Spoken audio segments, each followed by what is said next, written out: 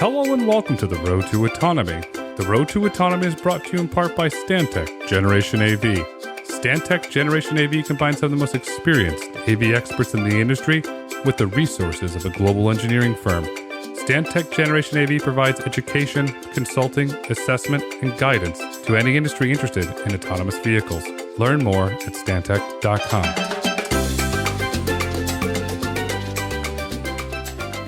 Hello and welcome to the Road to Autonomy. I'm your host, Grayson Brulte. On today's episode, we're absolutely honored to welcome Akshay Jaising, Vice President of Commercialization Motional. Akshay, welcome to the podcast. Hi, Grayson. Great to chat with you.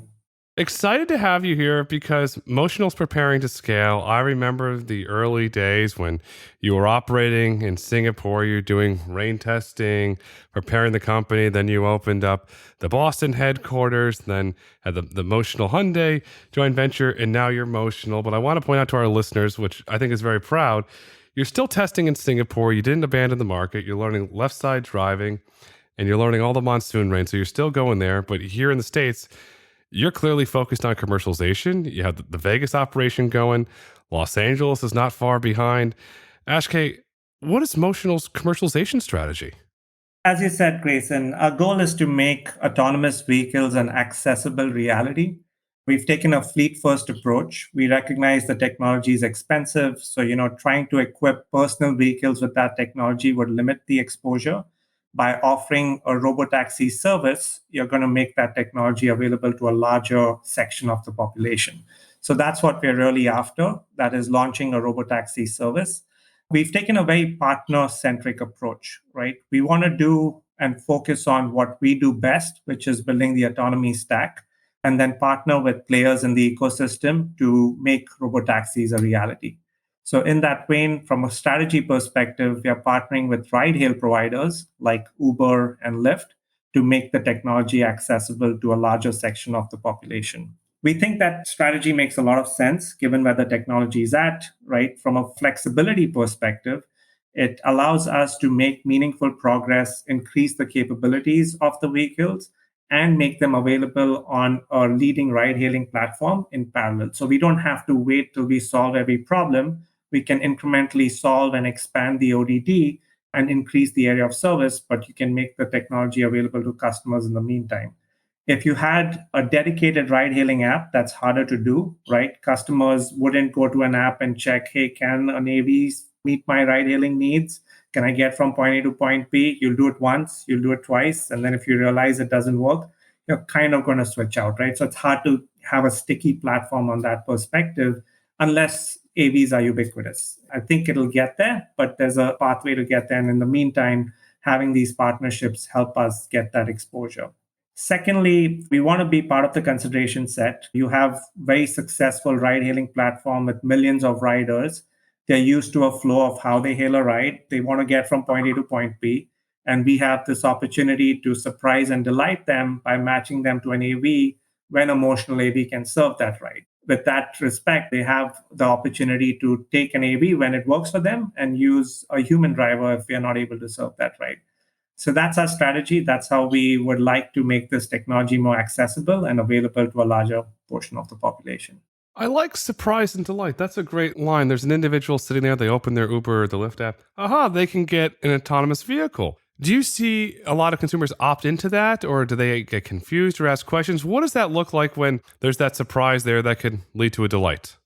It's been a mixed bag, honestly. Both Lyft and Uber execute it slightly differently. So in the Lyft app, you say you want to go from an origin to a destination, and then it shows up as a separate mode selector. So just like you have Lyft, you have Lyft Lux, you have an AV mode selector. And we're seeing pretty good traction with people selecting that option and opting into AV rides, and then that allows them to experience the technology. On the Uber app, you basically request an Uber X or a Comfort Electric, and if a Motional AV can serve that ride, you get matched, and then it gives you that information as, hey, you've been matched with an AV. And then you have the option to either continue or say, no, I prefer to ride with a human driver. So I think slightly different execution, but we are seeing pretty strong opt-in rates at this stage. How much of the opt-in rate's driven by the comfort of the IONIQ vehicle? It has really great reviews. I've spoken to individuals that have ridden in, let's call it the consumer version that you can buy, and in your AV version, and the common denominators, it's comfortable. It's comfortable. Does that help drive the adoption there? Definitely, the IONIQ 5 is an amazing vehicle, right? And it's bringing together both the electrification and the autonomy aspect now with Motional. So there's definitely excitement. I'd say overall, when you look at customer feedback, it's not as granular to tell you, hey, I picked this because I wanted to ride in an IONIQ. It's more about the experience end to end. So we get some generic feedback, definitely call outs to how amazing the vehicle and how comfortable the ride was. But a lot of it is to do with the pickup experience, the drop off experience, and the overall customer interaction throughout the process. From the business standpoint, how do you see your partnership with Uber growing? In my opinion, Dara Khosrowshahi, the CEO of Uber, he's firing on all cylinders and he's positioning the company for growth. How do you envision your partnership growing with Uber? We've had a pilot with Uber since early 2022. We started off with Uber Eats. This was in LA. We were operating in a part of Santa Monica doing food delivery, a lot of mutual learnings for both parties. And we were really excited about what we saw. And building on that partnership, we've now expanded. We signed a 10-year multi market agreement with what we believe is going to be the largest deployment of AVs on a ride hailing platform. So we're really excited about it. We've launched a pilot service in Las Vegas. We are operating live on the Uber platform today. We've announced Los Angeles is our next city. That's where we're going to be launching next. And we're collaborating closely with Uber to determine what the follow-on cities would look like. Really excited with this opportunity to make our technology more accessible and available to millions of riders on their platform. You highlighted something that I didn't know as part of your agreement, multi-market. Was that always the strategy when you were negotiating with Uber? Okay, Uber, as we grow our technology, we want to go to multi-markets with you. So if I'll put my legal hat on here for a moment. You had a template that you can put in Los Angeles. And let's say you put in city B, city D. Is that how that's going to work? There's definite nuances for every individual market, but at the broad level, right? We want to work together. We build the technology, we deploy the vehicles on their platform. And there's going to be a host of cities that are candidates where we can deploy the technology successfully, right? There's different criteria that you would use for selection and you would phase the operations. But on a high level, both parties agreed that we wanted to do something meaningful at scale. In announcing the expansion to Los Angeles, you stated the following, and quote, "We believe it's the market that puts us on the best path towards successful commercialization while introducing our technology to a region that has demonstrated interest in alternative modes of transportation," end quote. Why does this expansion put Motional on the best path towards successful commercialization? Is it that Los Angeles is its sprawling metropolis? What is it? Los Angeles is a very interesting market. Obviously, it's the second largest city in the US and one of the top ride hailing markets. So we already know there's a lot of demand for ride hail in Los Angeles. Congestion is a big deal. It's a very spread out city. So we feel it's a pretty critical market that has shown customer acceptance for ride hailing. Our initial pilots and tests in Los Angeles with Uber Eats have been extremely promising and well received. It's a really strong proving ground to demonstrate how this technology could scale and solve some very critical transportation challenges. And that's why we're excited about it. I'm personally very excited to see you in Los Angeles. For years, I lived in Beverly Hills and I co-chaired with AJ Wilmer, the Autonomous Vehicle Task Force for the city of Beverly Hills.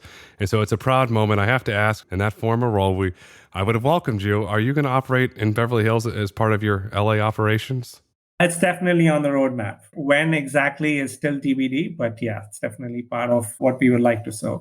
Fantastic. The mayor at the time was Mayor John Mears. So when and if you do operate in Beverly Hills part of this, you'll put a smile on Mayor Mears' face and Mr. Wilmer's, as they're both still there in town and doing really great things. I want to zoom out for a moment and look at the autonomous vehicle industry as a whole. Between 2014 and 2022, $59 billion has been invested in the development of autonomous vehicles globally.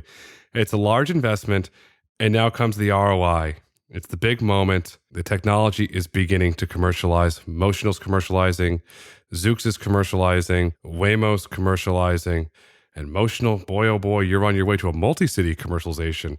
What are your thoughts in general as the AV industry begins to commercialize? And let's use the term, it takes the next step forward. Grayson, as you know, this is an extremely difficult challenge that all the companies are working towards, right? It's a long road. So you want and you need sustained capital, right? You need access to sustained capital. You need to show technology progression and expertise there. You need a path to consumers. And finally, you need compelling unit economics to make it work. So it's a super hard problem. And it's hard to ignore the headwinds that the overall industry is facing with the macroeconomic environment.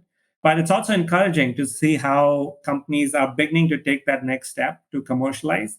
A few years back, people were skeptical if this is going to happen. Is the technology for real? I think some of that skepticism has been addressed now. Like you're actually seeing driverless vehicles on the road and multiple companies making progress. So that's very, very exciting and encouraging for the industry. I think the focus is going to quickly shift towards the unit economics. Now it's going to become a game about utilization. Okay, great. You have a fleet of AVs on the road, but are they actually being utilized enough that you can drive down the cost to the customer and make this a viable business? So I think all companies are going to be heads down, trying to see if what the economics look like, what cities, how should they operate their fleet, who should they partner with. And that's where I think Motional is really well positioned. We have sustained access to capital with Hyundai and Aptiv, who are strategic investors. They understand this is a long game. They're well calibrated on the market opportunity and the time frame. We have the opportunity to scale because a lot of our integration is being done on the manufacturing line with Hyundai. As a result, the process is being built so that you can scale and deploy large volumes of vehicles quickly. We are slowly but surely making progress on the technical side, right? We've been operating in Vegas for 5 years with passengers. We have over 130,000 rides, most of them positive ratings. So we have access to customers. And our partnership with Uber only gives us access to more. So we are really excited about what the future holds on that perspective. I want to highlight again unit economics. It's refreshing. I speak to a lot of individuals in this podcast and offline. And when I get in the economics conversation, I want to avoid it. The gentleman who runs the economics for Uber Freight, he gets into economics a lot. When you look at unit economics, you look at the utilization, you look at generating revenue, and I want to highlight in this economic environment, profitable revenue. Does that make a determination of where you're going to eventually scale? And it was economics one of the leading factors of why Las Vegas was chosen, because in my opinion, you've got a very large captive audience that's going there for one thing, gambling and experiences. They want to go home and have an experience. Motional can deliver that experience. Yeah, it's definitely front and center, right? As we evolve from an R&D company to a commercial enterprise, which is our focus right now, one of the big factors we consider is demand.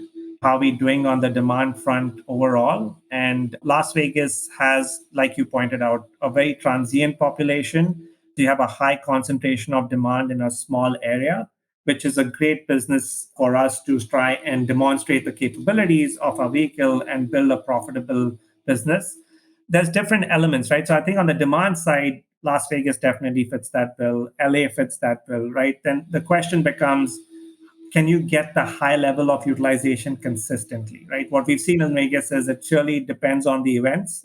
You have large events and the utilization is great. And then you have a lull week and then it suffers. But I think that's, it's part of the learning. It's part of the learning on figuring out how we can operate successfully.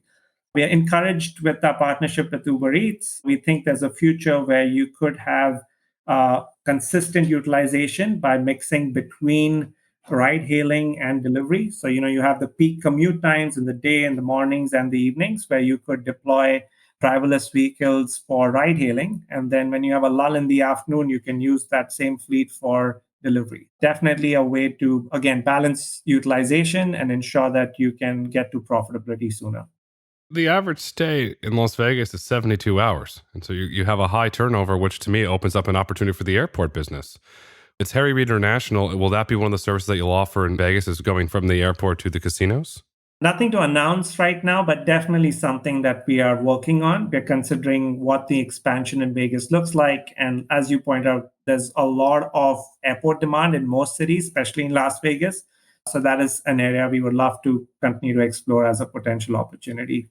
You're going to explore it as an opportunity. That's my opinion. But you're going to help build the trust. And if I'm the Las Vegas Convention Center bureaus, I'm happy because you're not going to get the cab that's going to try and take you the long way to raise your rate. Your vehicles are going to go the most optimal route. And so you're going to help to build trust there. Oh, I got in Vegas. I've been here 5 minutes. Oh, I got fleeced. Nope. Your vehicles won't allow that to happen because of the way that they're programmed. As you scale in Vegas, will you eventually go there fully driverless operations? That's definitely the plan. So right now we are operating with vehicle operators in the vehicle, but this year we are targeting to go driverless. So yeah, very soon. We're making good progress on that front, and you should be hearing about our next steps and evolution of the technology on that front shortly. Okay, let's fast forward to a date in the future. And I'm not going to put a date in the future. I'm in Las Vegas and I open up my Uber app sometime in the future and I'm sitting there at the curbside at, say, the Wynn. I'll be able to open it up and get a fully driverless Motional sometime in the future, then to say, to take me to Bellagio so I can have dinner at Spago, for example. Absolutely. Yeah, you can do that today. Like you can open your Uber app and hail a ride. The only difference is there will be a vehicle operator in the car today. It drives autonomously for the most part. They're just watching the operation. But as you pointed out, Grayson, like very soon, we will not have any human in the vehicle, no drivers, no vehicle operators. I'm flying to Vegas when that happens to take a ride, whenever that day may be. You've been in Vegas since 2018. I've had the privilege of going in some of your early prototype vehicles. I've been in the Lyft one to the 2018 launch. You've been operating there for 5 years. What competitive advantages that given you testing in Vegas? Vegas has, I'll use the term, interesting traffic patterns that you have to get around in certain circumstances that you don't get in other cities.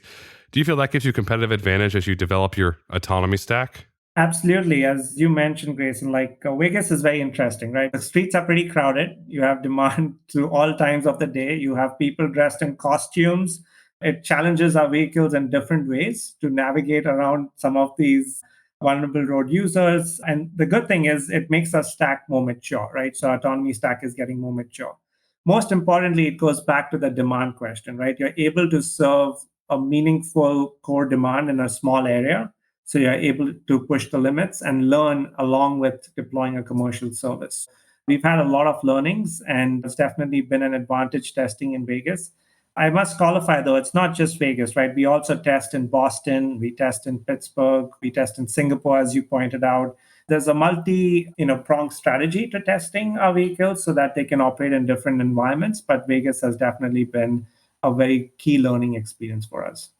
I didn't know that you were still testing in Boston and Pittsburgh. So you're taking a multi-phased approach to testing. Is all of those learnings then going into the stack to help it perfect it? Perhaps in Boston, you're on a roundabout, or in Pittsburgh, you take a Pittsburgh left. Do all those learnings go into the stack to help perfect it? Absolutely, right. That's the advantage of having a software driver. The learnings are all consolidated. So if you learn something in Vegas or Boston or Pittsburgh, the motional driver is getting smarter.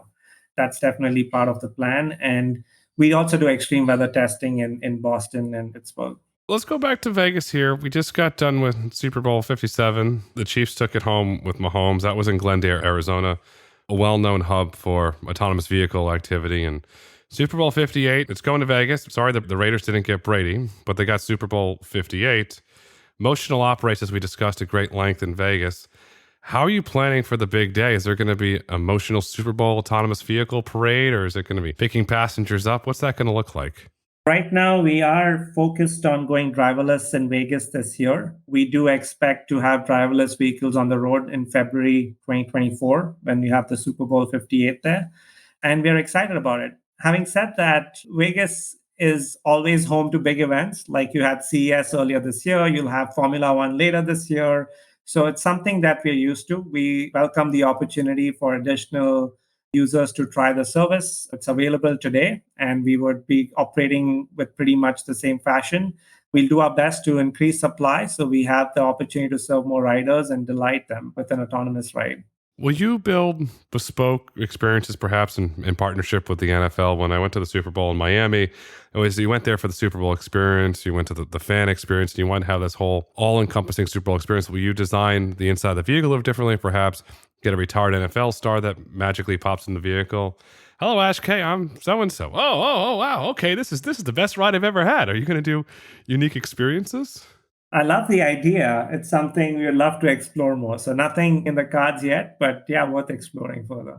That's great. According to the Las Vegas Convention and Visitors Authority, Vegas is expecting 325,000 visitors to attend the Super Bowl that week. Outside of the experience, to me, it is a huge opportunity to develop public trust of autonomous vehicles because the spotlight from the sporting news of ESPN to the newspapers and the general news will be on Las Vegas.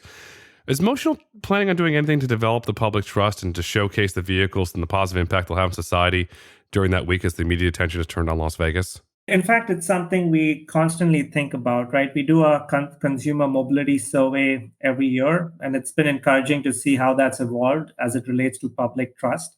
I would say in 2021, when we did the survey, we had two-thirds of the respondents expressing some skepticism about the technology, concerns about safety with AVs.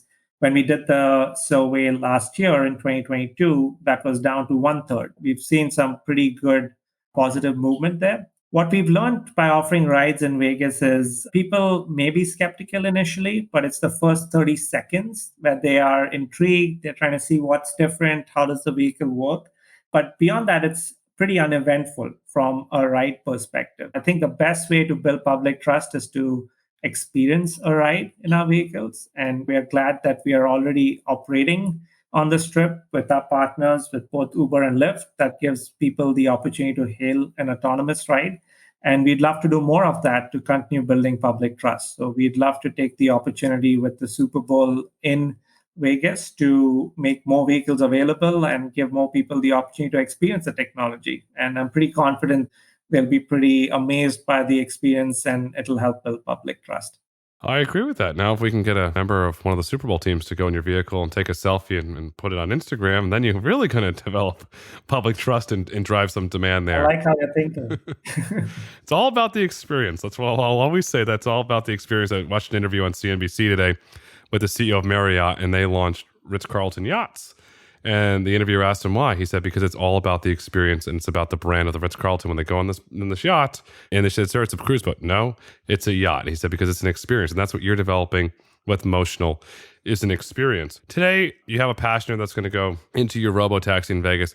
What is that experience like? How do they know what Robotaxi to go in? Do the door handles automatically open? What is the experience like once they get inside the vehicle? Friends of mine that have been in them say they're extremely comfortable, as I said earlier. But what does that whole experience look like from the moment that it arrives at the curb? Just taking a step back, right? We work collaboratively with Hyundai to customize the IONIQ 5 for robotaxi operations. So there have been a few adjustments or improvements we've made to the vehicle from that perspective. So for example, on the outside, you have LED strips that helps you identify the cars for you. We have a remote customer assistance button that can help you, and you can access that from the outside of the vehicle in case you have trouble getting into the car. And then when you consider inside the vehicle, we have these integrated screens. So both our ride-hailing partners have an opportunity to customize the experience for their riders.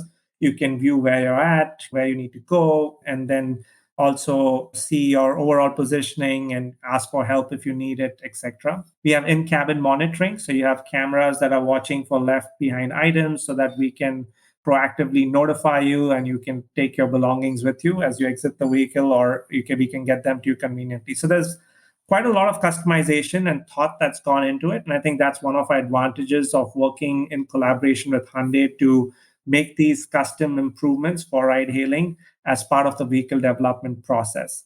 To the second part of your question about from a customer perspective, you hail a ride just like you would on your Uber or Lyft app. Once you're matched to an autonomous vehicle and you decide to go forward with it, the vehicle shows up, you match it, and then you unlock the vehicle with your phone. So you actually have the unlock ability on your phone and the door handles pop out. You get into the vehicle, buckle up, and then you have to hit start ride. So once you hit start ride, the vehicle's on its way and taking you to your destination. The experience during the ride is pretty similar to what you would expect. It's pretty uneventful, thankfully, and it gets you to your final destination once you end the ride. And then your post-ride experience, again, is similar to what you're already used to, right? You rate the ride and give us some feedback, which allows us to improve continuously. As you scale the service, what role will drop-off and pickup zones play? Will you look to have those mandated, suggested in certain cities as you scale? Or what are your general thoughts about drop-off and pickup zones?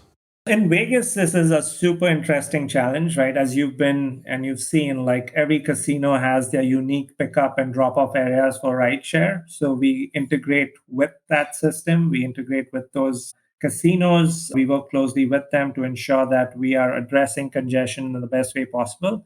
As we scale and we go to LA as an example, there will be non designated pickup drop offs, but we're looking forward to partnering both with our ride hail partners as well as with the city to figure out how we could reduce curbside congestion, improve curbside use.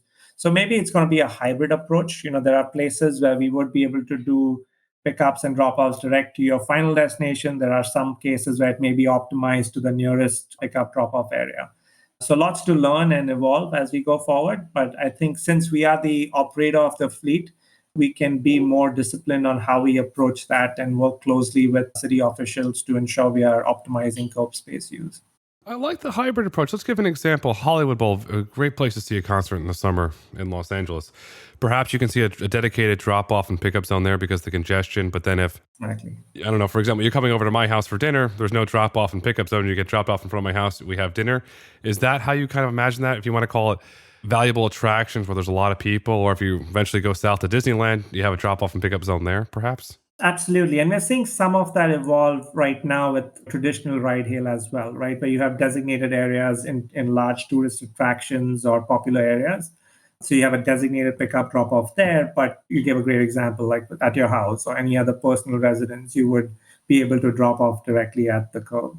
Will your commercialization strategy be different each market? Because Los Angeles is a completely different market to Las Vegas. Perhaps you have more pricing power in Las Vegas because it's a tourist market versus Los Angeles. Are you looking at from an economic standpoint, each market of how you're going to develop and roll out your commercialization strategy? Yeah, I would say the commercial construct is the same. We'll continue working with our ride hail partners to deploy autonomous vehicles, especially with our partnership with Uber. We have a multi-market engagement. So every city that we look at, we'd be evaluating jointly and launching. In terms of pricing, today we are positioned pretty much at par with an Uber X or a general Lyft ride. So it won't be very different, but every market does have certain nuances on pricing, which is a factor of multiple criteria. So we'll continue to see some delta in pricing, but mainly governed by the market dynamics. I think the commercialization strategy will definitely evolve as we continue to learn more about every city. One thing that's interesting with us versus others is we work closely with ride hailing partners to pre position our cars so we can be available where the demand is, so we can better match demand with supply. And with that, hopefully, we can address surge pricing as an example, right? You should see lower surge pricing if you can better match demand and supply. You'll have lower search pricing, but then you have a better customer experience. Where if you're at the Hollywood Bowl and you know, okay, the concert ends at 10 p.m., perhaps you have more vehicles there. So it's not like, oh, I have to wait an hour for the vehicle. Oh, this service stinks. I don't want to wait an hour. I'm just going to walk somewhere. And so you're helping to build public trust that way, but you're also reinforcing the value of the Motional brand. Motional is going to scale. Your driver demand eventually is going to go through the roof. How are you going to manage all of that demand while keeping true to your brand? So when they get in the Motional vehicle, they know it's a really great experience. I think today we are in a position where we are actually not just building the technology, but we're also deploying it. So we have control over our fleet, right? So we are putting together processes that will allow us to, for example, keep the cars clean, ensure that consistent experience. Versus when you deal with regular Lyfts or Ubers, every car has its nuances, right? It's a little unique, it's individually owned. So I'd say the biggest delta is we have control over our fleet and we are scaling our systems to allow us to operate with that in mind so that we can offer a superior customer experience. We want people to be delighted and looking forward to their next ride in emotional AV. You're doing the one thing that I've said for a long time that Uber and Lyft can't do. You're offering a consistent experience. So no matter what city you're in, you know you're going to get a clean vehicle. You're going to have that consistent experience. And in your opinion, what is the future of Motional? It seems that you're laying the groundwork here for something pretty special. We've had 5 years of experience operating in Vegas. We've offered over 130,000 rides. We've learned a lot through the process as it relates to pre-ride, during the ride, post-ride, how the overall experience has evolved, what our customers are expecting. So we've kind of demonstrated those learnings over time. So, if you take a ride today, Grayson, versus what you took a few years back, you'll hopefully observe and notice some of those changes.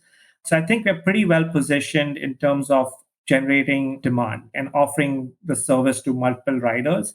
Our partnership with Hyundai puts us in a strong position, right? We have sustained access to capital. They're well calibrated on the timeline and the market opportunity here. So I think that puts us in a good place. Right now, for us, it's all about going driverless. So we are heads down, focused on taking the safety operator out of the vehicle. And once we get from 0 to 1 on that frame, then it's about scaling, right? And once we scale, then the focus shifts to optimizing for unit economics and bringing the cost down for our passengers. Because when you do that, you're going to get more passengers. You're going to offer a great experience at a great price, and you're going to get wonderful passengers that are going to again and again and again become repeat use. And Akshay, as we like to wrap up this insightful conversation, what would you like our listeners to take away with them today? I would say next time you're in Vegas, hail a ride. And when you get matched to a Motional AV, give it a shot. I think it'll be a fun experience, and we'd love to hear your feedback. Give it a shot. Go for a ride. Motional's going driverless. The future is bright. The future is autonomous, and the future is Motional. Akshay, thank you so much for coming on the Road to Autonomy today. Thanks, Grayson. Thank you for listening to the Road to Autonomy podcast. If you've enjoyed listening, please rate, review, and subscribe on your favorite podcast platform. Want to get in touch?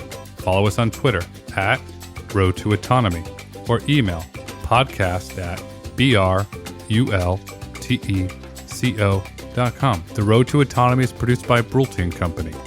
The views and opinions expressed on the Road to Autonomy podcast do not necessarily reflect the views and opinions of Brulte & Company. The content discussed in this podcast is for informational purposes only and should not be taken as legal, tax, investment, or business advice.